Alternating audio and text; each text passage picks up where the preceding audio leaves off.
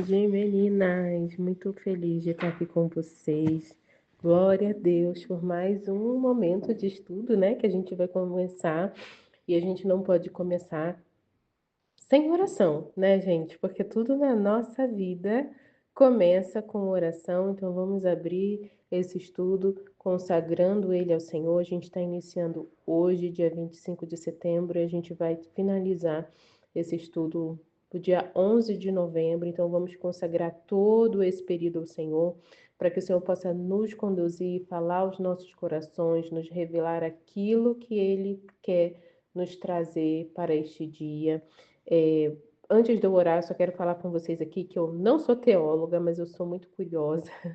Sou uma estudante da palavra de Deus, eu amo conhecer o Senhor.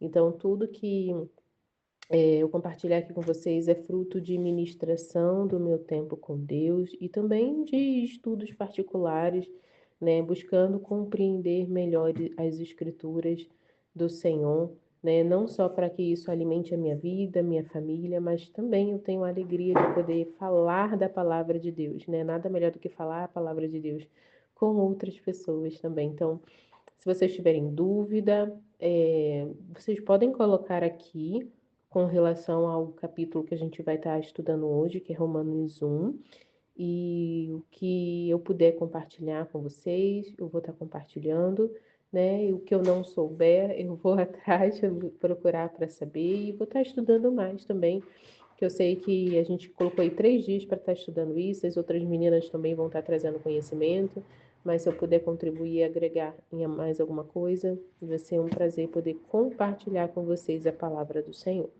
Então vamos orar. Pai, nós te glorificamos, te exaltamos e te bendizemos, Senhor, porque tu és bom, tu és digno de receber todo louvor, toda adoração, toda exaltação, Senhor. Nós glorificamos o teu nome, Senhor, nós consagramos e apresentamos a ti esse estudo, Senhor, que nós vamos fazer do livro de Romanos. Sabemos que 3 dias é muito pouco para destrinchar totalmente a tua palavra, porque ela é viva, ela é rica, ela é eficaz, mas mesmo assim nós queremos mergulhar, Senhor, nesses próximos dias na tua palavra, porque o intuito do nosso coração é te conhecer mais, Senhor. Então se revela para nós. Espírito Santo, tu tens liberdade de agir aqui no nosso meio. Nós te convidamos para fazer parte deste momento. Que o Senhor possa entrar na casa de cada mulher, Senhor, que está aqui nesse propósito. Que o Senhor possa tocar nos corações, que o Senhor possa abrir o entendimento, a mente, derramar do teu dom de sabedoria, teu dom de discernimento, Senhor. Derrama conhecimento, repreende toda distração, toda seta do maligno que quer arrancar a palavra que o Senhor está ministrando, Senhor, essa semente que vai trazer frutos que permanecem nas nossas vidas. Que o Senhor possa usar as nossas vidas para a honra e glória do teu nome e que o teu reino avance, Senhor.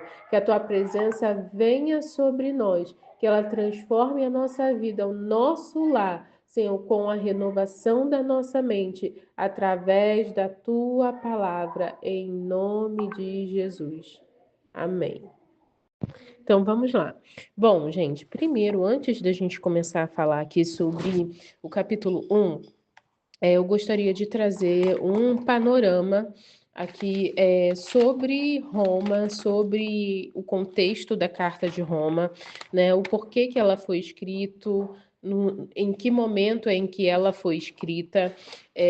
Então eu quero compartilhar com vocês um pouquinho disso para que fique o mais claro possível e a gente consiga realmente compreender aquilo que Deus quer falar através da nossa vida. Bom, vamos lá. A carta aos Romanos, né? Como eu estou falando, é uma carta, então ela não é uma lei, né? São instruções que Paulo está passando ali para a igreja de Roma, tá?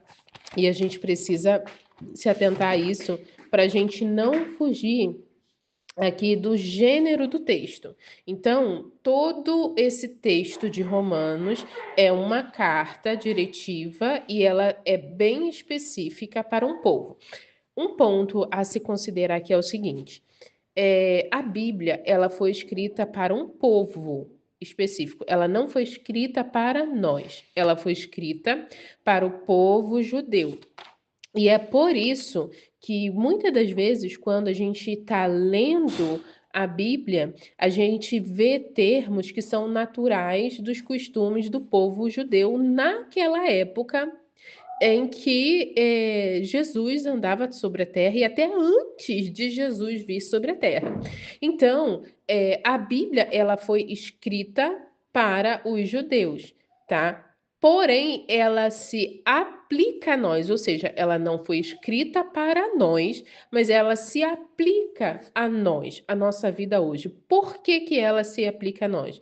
Porque a essência da Bíblia é o ponto central da Bíblia, desde o início até o fim, de Gênesis a Apocalipse, aponta para Jesus. Então, Jesus, ele é a essência, né? É através da obra redentora de Jesus Cristo, da atuação do Espírito Santo de Deus em nós, manifesta em nós, depois que de Jesus ressurreto subir aos céus, nós recebemos, né, o Espírito Santo de Deus dentro de nós. Então, nós vivemos hoje como tendo a Bíblia como a nossa regra de fé e prática. Ou seja, a nossa vida, ela precisa ser alinhada aos princípios e mandamentos que são estabelecidos na palavra de Deus, porque a gente entende que Jesus, ele é o centro da Bíblia, tá? Então é por isso que a gente vai ver muitos ritos e costumes que estão citados no Antigo Testamento e que a gente pode trazer aqui na leitura, porque em dados momentos aqui a gente vê Paulo também citando escritos, né, que estão ali situados no Antigo Testamento. Então a gente vê ele citando, se eu não me engano, Malaquias, a gente vê ele citando Oséias. Então a gente precisa entender que alguns desses ritos, desses costumes, né, não são mais necessários para nós hoje. Por quê? Porque Jesus Cristo, ele cumpriu todos os ritos, ele foi perfeito, ele é o nosso Cordeiro Santo, puro, irrepreensível, imaculado, que derramou seu sangue ali no madeiro para que nós fôssemos salvos através do seu sangue. Então, Jesus, ele foi o único que conseguiu cumprir as 613 leis, ou seja, através disso, Jesus ele estabelece conosco uma nova aliança através da sua morte e ressurreição. É por isso que, mesmo a Bíblia não sendo escrita para nós, ela se aplica à nossa vida, porque quando nós recebemos Jesus, o novo nascimento, como nosso Senhor e Salvador, né, como nosso dono, e nós sendo servos do Senhor, nós somos enxertados em Cristo, ou seja, Ele é a oliveira verdadeira, nós somos os ramos que somos enxertados. Quem mexe aí com agricultura sabe que muitas das vezes você pega ali um enxerto, né, de uma planta e enxerta em outra, às vezes uma rosa branca numa rosa vermelha. E aí nasce daquela mesma árvore ali rosa das duas cores. Por quê? Porque um tipo de flor, né, que não era natural, daquele pé que já está plantado, foi enxertado ali não na raiz, mas ali em alguma altura do caule dessa planta, e aí ela começa a produzir aí agora esses frutos, né? Coloridos, né? E nós somos assim, nós fomos enxertados em Jesus Cristo, que é a nossa videira verdadeira, e é por isso que a palavra de Deus, ela se aplica à nossa vida.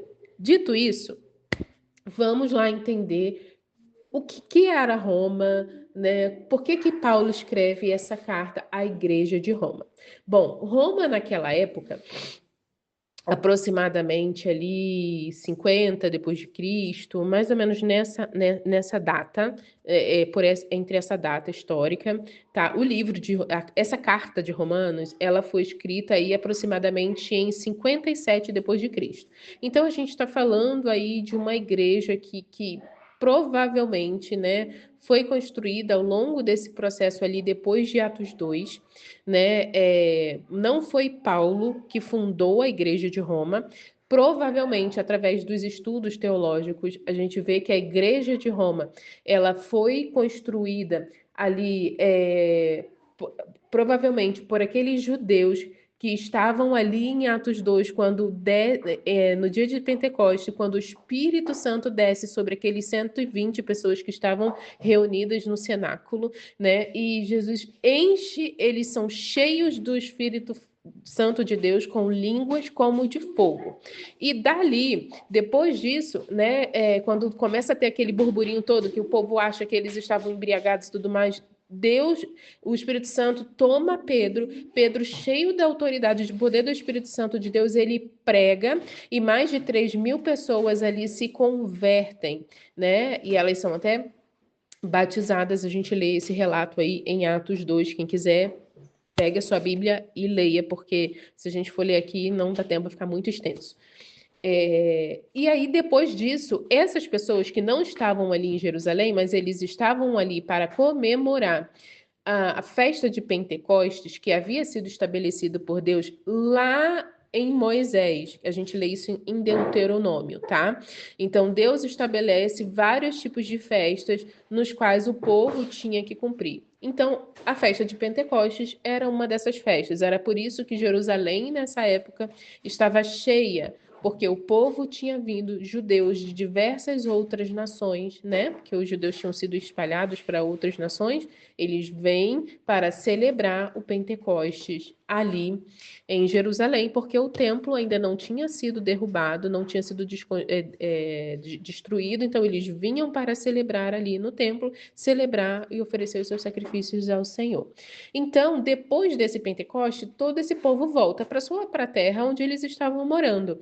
E através disso, depois dessa pregação pentecostal ali de Pedro, cheio do Espírito Santo de Deus, esse povo vai para as suas cidades e uns desses que estavam ali no Pentecostes também inicia essa igreja em Roma.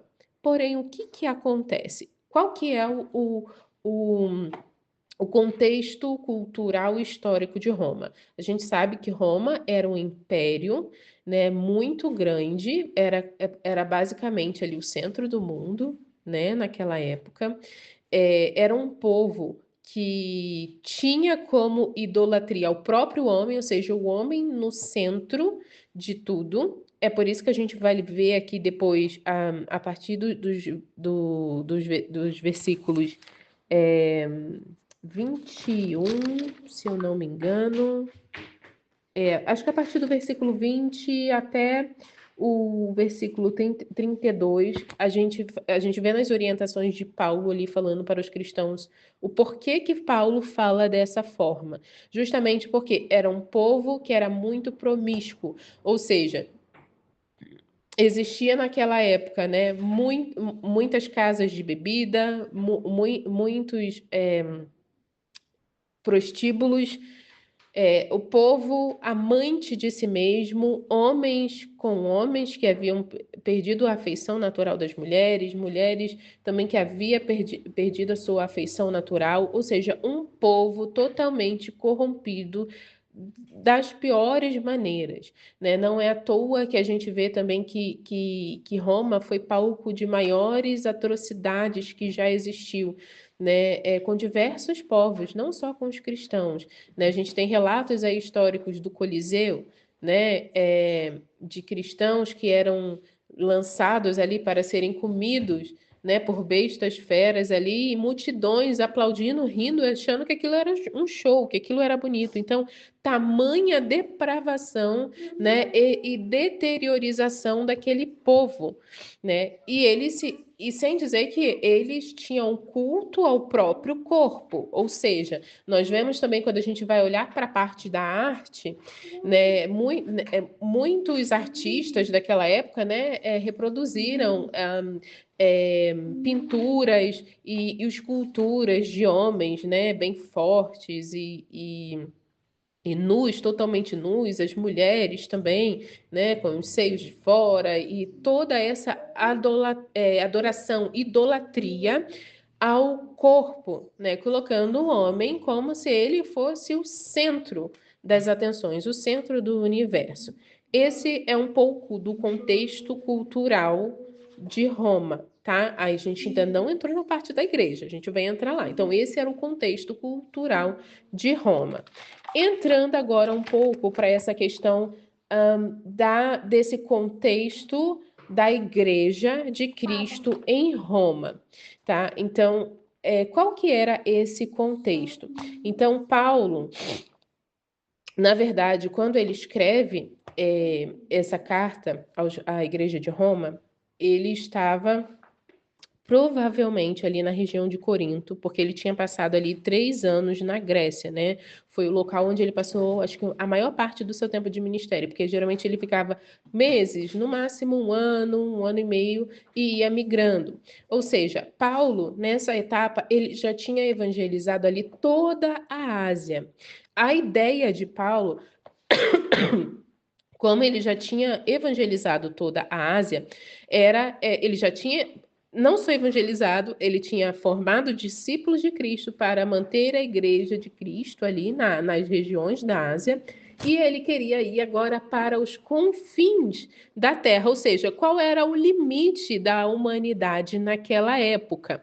Então, ali nessa época ali de 50, 54, 55, o limite da humanidade era a Espanha. Então, a Espanha era os confins da Terra. Saiu da Espanha, gente, era o mar, né? E tinha as Américas que ainda não tinham sido desbravadas, né? Então, dentro dessa perspectiva, Paulo ele queria cumprir ali a última etapa ali do direcionamento de Deus, né? Ide por todo mundo, pregar o evangelho a toda criatura, né? Em Jerusalém, em Samaria, na Judéia e até os confins da terra, né? Tem esse versículo, eu juntei dois aqui, mas vocês vão saber distinguir, né, meninas? Então, ele queria justamente ir até os confins da terra, anunciar o evangelho de Cristo Jesus. Porém, o meio desse caminho, ali entre ele estar aqui em Coríntio, Grécia ali e Espanha, era justamente Roma. Então, por isso que a gente vê Paulo falando aqui no capítulo 1, né, sobre o desejo dele de ir ali à igreja de Roma, conhecer pessoalmente a igreja de Roma. Então, Paulo, ele não conheceu pessoalmente, ele não foi fisicamente na igreja de Roma, mas ele mesmo assim, direciona essa carta aos cristãos que estavam ali, né? Por diversas vezes, Paulo tinha tentado ir a Roma, inclusive, né, quando ele fala, se eu não me engano, com a igreja de Corinto ou Gálatas, que ele fala que ele passaria por lá, recolheria a oferta que eles tinham juntado para levar para os cristãos de Jerusalém que estavam precisando dessas ofertas e na volta ele passaria em Roma. Então Paulo ele tinha feito várias estratégias ali e planos de ir à igreja de Roma, porém ele foi impedido diversas vezes. Né? Então eu acredito também que a igreja de Roma já estava assim desacreditada ali que Paulo realmente iria lá, né? Sabe quando a gente fala assim para amiga, vamos marcar o café? Vamos. A gente fica só nisso. E aí a gente ainda não marcou o café, né? Vamos marcar? Vamos, vou te mandar mensagem. E não sai disso. Aí passa 2, 5 anos e o café nunca é marcado. Né? Mas não é porque a pessoa não quer, realmente, porque vai acontecendo várias situações, né? E aconteceu exatamente isso ali na vida de Paulo e ele não conseguiu ir presencialmente ali na igreja de Roma. Porém, ele, entendendo o contexto que a igreja estava, ele escreve essa carta. Qual era o contexto da igreja? Vamos voltar um pouquinho aqui na história para a gente entender. Bom, naquela época em que que a igreja ali em Roma estava passando por um conflito, tá? Então a gente precisa entender por que a igreja estava passando por esse conflito. Então é por isso que a gente vai voltar um pouquinho na história. Então, um pouquinho antes aí de 54, o imperador dessa época, o imperador romano, era o imperador Cláudio. Cláudio era um imperador antissemita, ou seja, ele não gostava dos judeus. E para piorar a situação, o que estava acontecendo em Roma? Estava tendo ali divergências entre os judeus que criam em Jesus Cristo e os judeus que não criam em Jesus Cristo, ou seja, aqueles que não que eram pagãos, para ficar mais claro, eles não tinham a consciência de que cristianismo e judaísmo não era a mesma coisa, sabe? Eram coisas diferentes. Porém, para esse imperador, Cláudio, era tudo a mesma coisa. Sabe? Ah, isso aí é coisa de judeu. Já não gosto dos judeus. Os judeus arrumando essa arruaça aqui, não quero esse povo na minha terra. O que que ele fez? Ele vai lá, faz um decreto, expulsa os judeus de Roma. A gente vê um relato disso em Atos 18, quando Paulo ele encontra ali Priscila e Áquila. Eles tinham saído, né, de Roma justamente por conta dessa proclamação do imperador Cláudio, que ele havia expulsado todos os judeus de Roma. E aí, em 54, o imperador Cláudio morre. E o que, que acontecia no mundo antigo quando o imperador morria? Geralmente, quando o imperador morria, parte dos decretos que ele havia estabelecido morria junto com ele, ou seja, caducava, não valia mais. Então, em 54,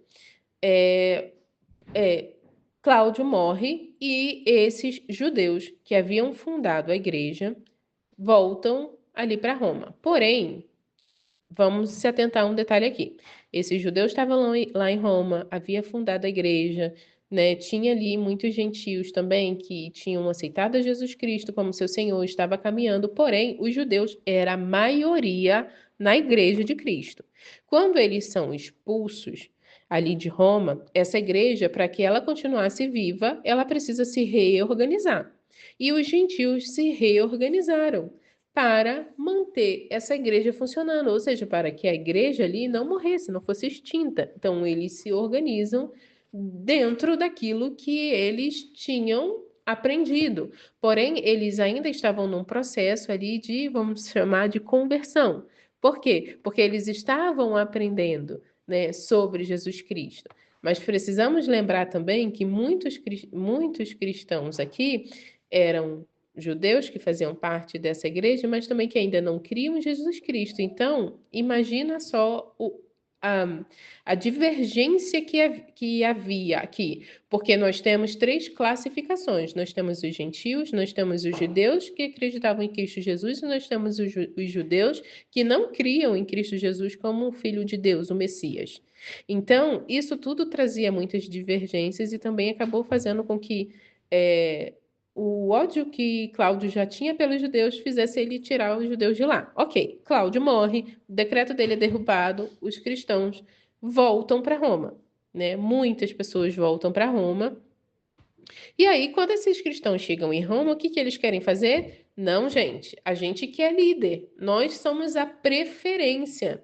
Por quê? Porque nós somos filhos de Abraão, nós somos filhos legítimos, então nós é que temos que estar na liderança. E começa-se a ter uma briga ali, um burburinho nessa igreja, né? E aí Paulo vem sabendo de toda essa situação. Paulo escreve essa carta aos, aos cristãos que estavam ali em Roma, né? E Paulo vem mostrando ali para esses cristãos que, através de Jesus Cristo, gente, não existe mais favoritismo, né? Em Jesus Cristo, estamos no mesmo patamar, né? Tanto que ele fala, não tem grego, não tem judeu, não tem gentil, em Cristo Jesus, nós estamos no mesmo nível, né? Então, Paulo traz esse alerta ali para esses cristãos judeus e também ali mostrando que ser cristão, eles iam ter que abrir mão de muitos ritos que eles estavam acostumados, advindos do judaísmo. Ou seja, isso também acabou favorecendo a prisão de Paulo mais para frente, né? Quando ele vai ali para Jerusalém, ele acaba sendo preso e ele pede para ser julgado em Roma. Então ele até consegue ir para Roma, mas não para ir para a igreja Ele queria ir, né? Ele queria ir livre para conhecer a igreja, mas ele já vai num contexto como prisioneiro, né?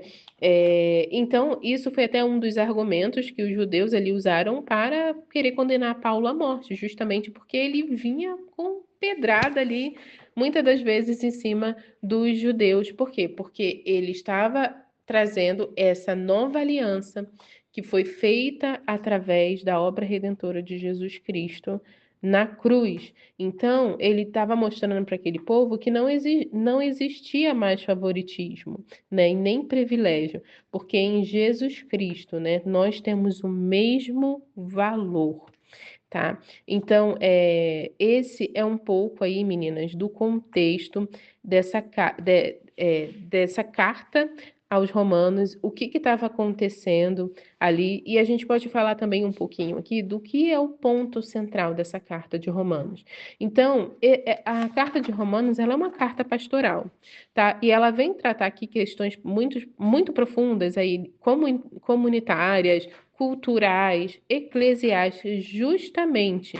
Por quê? Porque esses cristãos, eles tinham esquecido a base do evangelho. Qual que é a base do evangelho? Em que é a salvação, a justificação, a identidade deles como povo de Deus não estava baseado ali na obra e na lei, né? Estava baseado em Jesus Cristo. Então, isso eles haviam esquecido, então estava sendo prejudicado. Então, Paulo, ele traz essa carta ali, ancorado o quê? Mostrando para eles, olha, o papel das obras e da lei na justificação pela graça vale igual a zero, nada, né? E ele vem ali também para fortalecer neles a importância da confiança em Jesus Cristo, a fidelidade a Jesus Cristo, a justiça de Deus, que é ali como se fosse esse tema maior que abarca todos os outros temas que serão tratados